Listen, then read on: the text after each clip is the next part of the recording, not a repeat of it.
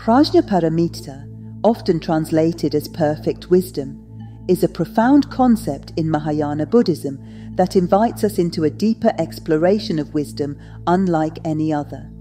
Imagine embarking on a journey that transcends the conventional boundaries of knowledge, where the ultimate destination is the understanding of the true nature of reality itself. This is the essence of Prajñāpāramitā. In Mahāyāna Buddhism, wisdom isn't just about acquiring information or intellectual understanding. It's about a transformative insight that sees through the veils of illusion to grasp the true nature of all phenomena. This true nature is characterized by the concepts of śūnyatā, or emptiness, which suggests that all things are devoid of intrinsic, independent existence. Prajñāpāramitā is the wisdom that penetrates this emptiness, realizing that what we perceive as reality is interdependent and constantly changing, free from the fixed essences our minds often ascribe to them. The term Prajñāpāramitā is an ancient Sanskrit word, each element revealing deeper layers of meaning. Let's unravel this term into its components. Prajñā plus paramita plus the root jnana. By doing so, we can appreciate not just the term itself, but the profound wisdom it encapsulates. Wisdom that is said to transcend ordinary understanding and is pivotal for achieving enlightenment in Mahāyāna Buddhism. Prajñā. This component of the term stands for wisdom or understanding, but it's not just any wisdom. Prajñā refers to a deep intuitive knowledge that perceives the true nature of reality. The prefix pra can be seen as intensifying the term, suggesting a superior or transcendent form of wisdom, while jnana comes from the root meaning to know. Together, they signify a form of knowing that goes beyond the surface, reaching into the depths of reality. Paramita. This term translates to perfection, or having reached the other shore. It implies not just excellence in a moral or intellectual sense, but a transcendent quality that carries one beyond the sea of suffering and ignorance, to the shores of enlightenment. In the context of Prajñāpāramitā, it refers to the perfection of wisdom, the ultimate wisdom that is a key to liberation. Together, Prajñāpāramitā suggests a wisdom that not only transcends ordinary understanding, but is perfected to such an extent that it liberates one from the cycle of suffering and ignorance, samsara, leading to enlightenment, nirvana. This wisdom is not about accumulating facts or intellectual understanding, but about an experiential, direct perception of the true nature of all phenomena. What sets Prajñāpāramitā apart from ordinary knowledge and wisdom is its non-dualistic nature.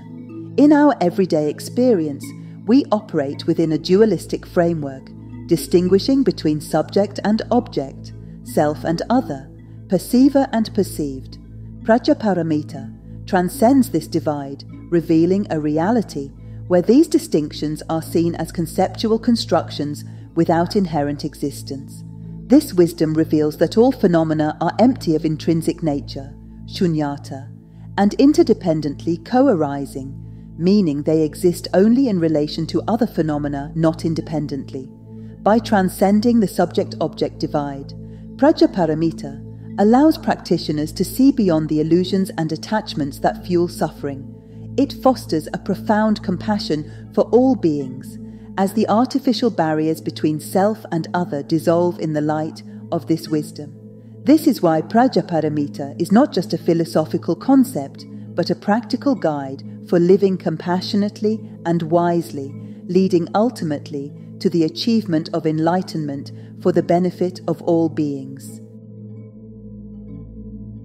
The authors of The Perfection of Wisdom, Prajñāpāramitā, texts faced a double challenge.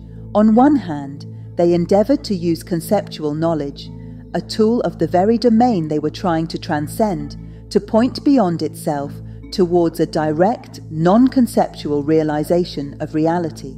On the other hand, they sought to present this direct realization, which is essentially beyond concepts, within the limitations of conceptual terms and language.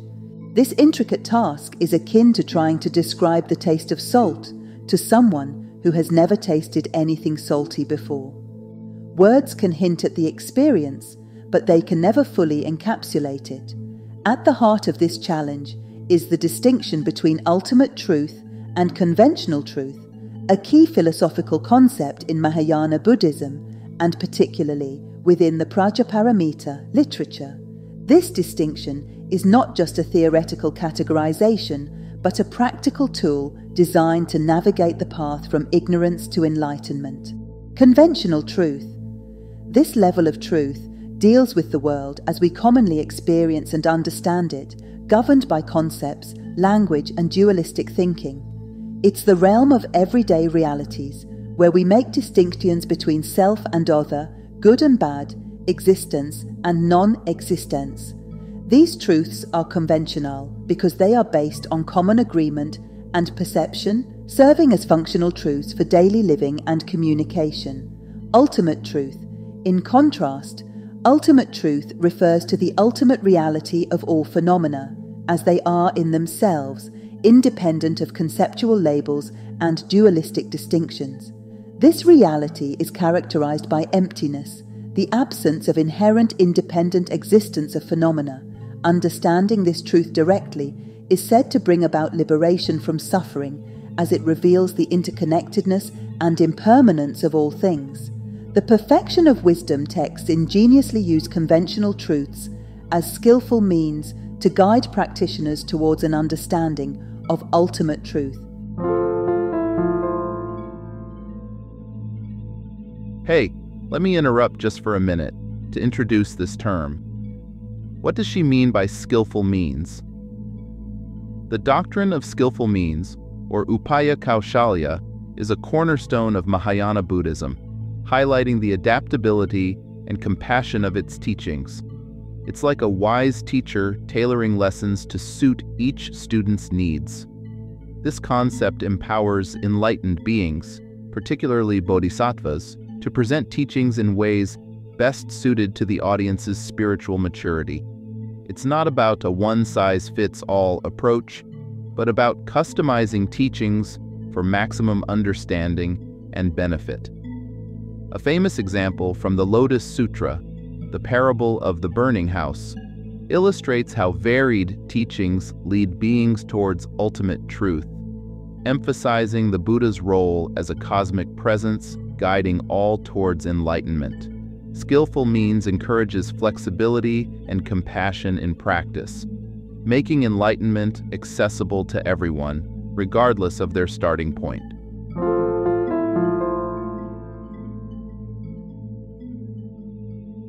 They employ concepts, narratives, and philosophical arguments not as ends in themselves, but as pointers beyond themselves, encouraging the reader or practitioner to engage in practices that lead to the direct realization of emptiness. This is akin to using a raft to cross a river. Once the river is crossed, the raft, in this case conceptual knowledge, is no longer needed and can be left behind. By maintaining this delicate balance between the two truths, the Prajñāpāramitā texts perform a remarkable act of spiritual and philosophical navigation. They recognize the necessity of conceptual knowledge for communication and initial understanding, while constantly urging practitioners to see through these concepts, to experience reality directly, beyond the confines of language and dualistic thought. This approach fosters a deep, experiential wisdom that is both transformative and liberating, highlighting the profound skillfulness of these texts in conveying the inexpressible essence of perfect wisdom. The three-stage technique of construction, deconstruction, and reconstruction is a profound method employed in the perfection of wisdom texts, including the Diamond Sutra, to guide practitioners through a nuanced understanding of reality. This method meticulously peels away layers of misconception, allowing a deeper insight into the nature of phenomena as empty of independent existence, yet significant in the context of the path to enlightenment. Let's explore this technique through an example from the Diamond Sutra, reflecting on how it illuminates the principles of interdependent arising and the absence of independently existing entities. 1. Construction. In the construction phase, the texts often make conventional statements that affirm the existence of phenomena or concepts. For example, the Diamond Sutra might begin by discussing the merits of practicing generosity, suggesting that a bodhisattva who gives gifts achieves immense merit. 2. Deconstruction.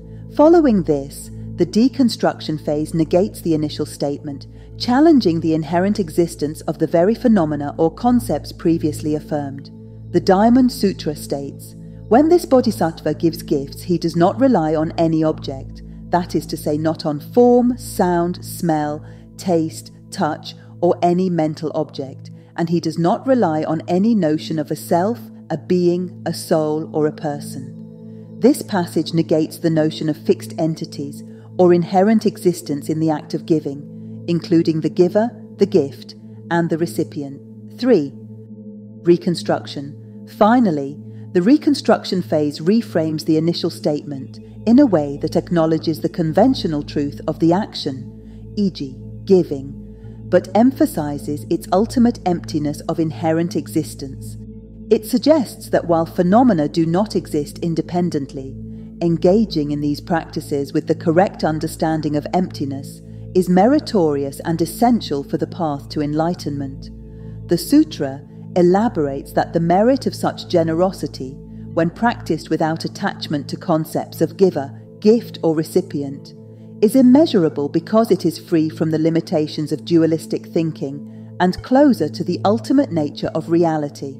Through this process, the text conveys a deeper understanding of interdependent arising, the principle that all phenomena arise in dependence upon a network of causes and conditions, and therefore do not possess an independent, unchanging essence.